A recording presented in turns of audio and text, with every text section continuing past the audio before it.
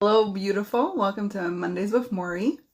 I'm so excited that you're here. I just finished leading the first day of the free masterclass, The Gift That Is You. And it was so powerful. It's just amazing what comes up when you show up and you're actually present, and the things that you allow to tap into when you're that mind in that space. So I want to share with you a story from this weekend that happened. And I feel like it would bring some awarenesses to you. I know last week I shared a story about my daughter, and I'm going to share another one. So this week was her birthday, and she had this overnight sleepover with her girlfriends planned out. It was supposed to be this huge thing. We worked on it for months. She had this whole notebook where she planned and wrote everything, and she was so excited for this party. We got all the stuff. Everything was ready. Friday was her birthday, and Saturday was going to be her sleepover birthday with her friends. Saturday morning, my son wakes up with 103 fever, and she's been coughing all night. And we had to reschedule this party. And she lost it. She was having a meltdown, which is expected. She was so devastated and so heartbroken. And she could not stop crying. She was sobbing, and then she was angry, and then she was frustrated. And in this whole tantrum that she was experiencing, was just really feeling her feelings really deeply. She's a big feeler. There was this blame, she was blaming her brother, and then she was blaming all of us, and then she was blaming the world, and I realized in this process how so many times when we are given pain or sadness, it's like instead of actually embracing that, we try to avoid it. We try to blame everybody else so we don't have to feel the pain. We find these different nuances in our brain to avoid feeling the pain. And so it's like we're feeling it, and then we find excuses for it, and we're feeling it, and we're finding people to blame for it, and we're feeling it, and we're throwing it on somebody else.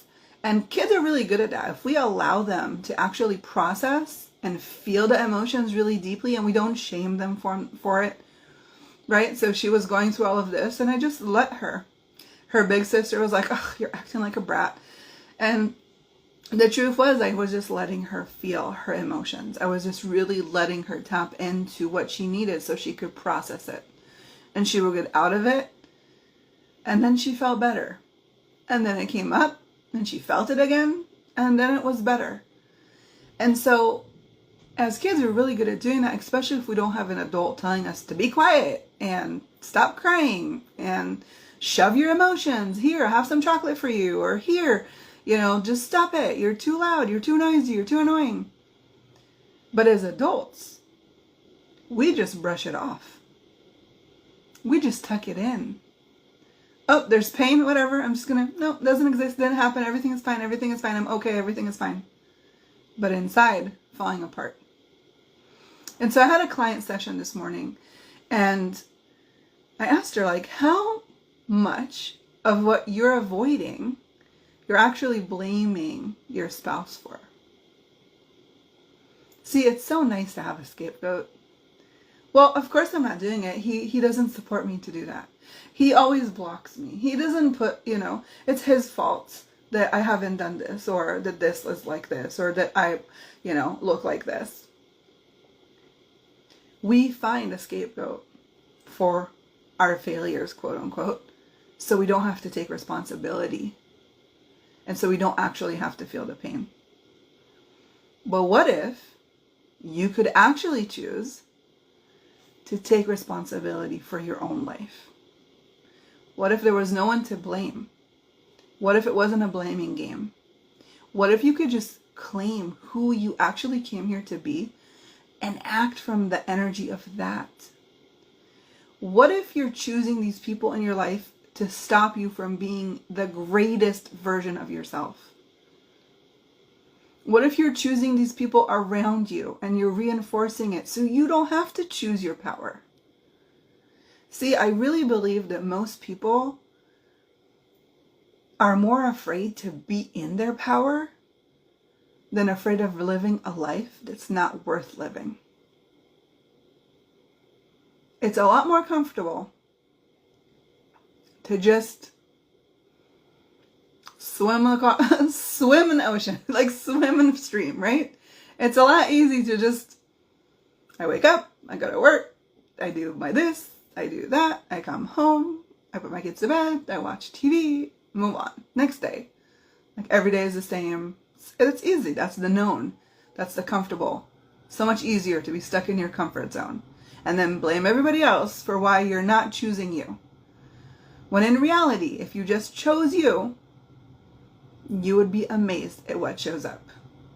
Now, it doesn't mean that every day is going to be this amazing miracle, goddess walking on gold. It could feel like that. It could be like that. I'm not saying it can't.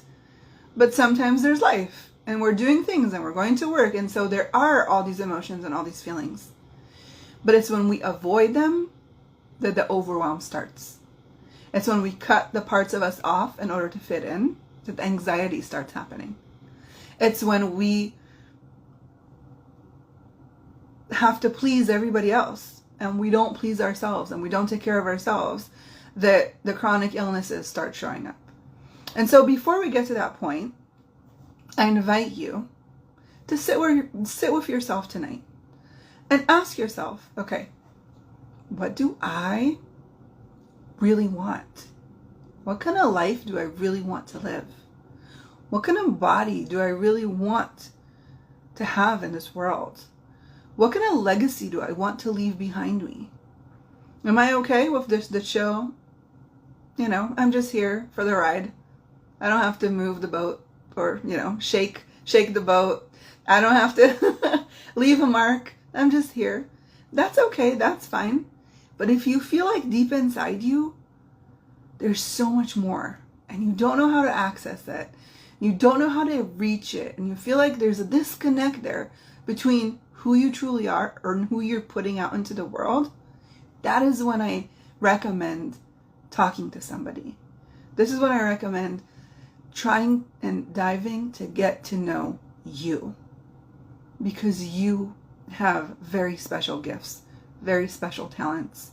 I truly believe that you're here, and if you're listening to me, there's something inside of you that is yearning to wake up. So if you're yawning to wake up, that's not going to work. You need to yearn it. As you can tell, English is not my first language.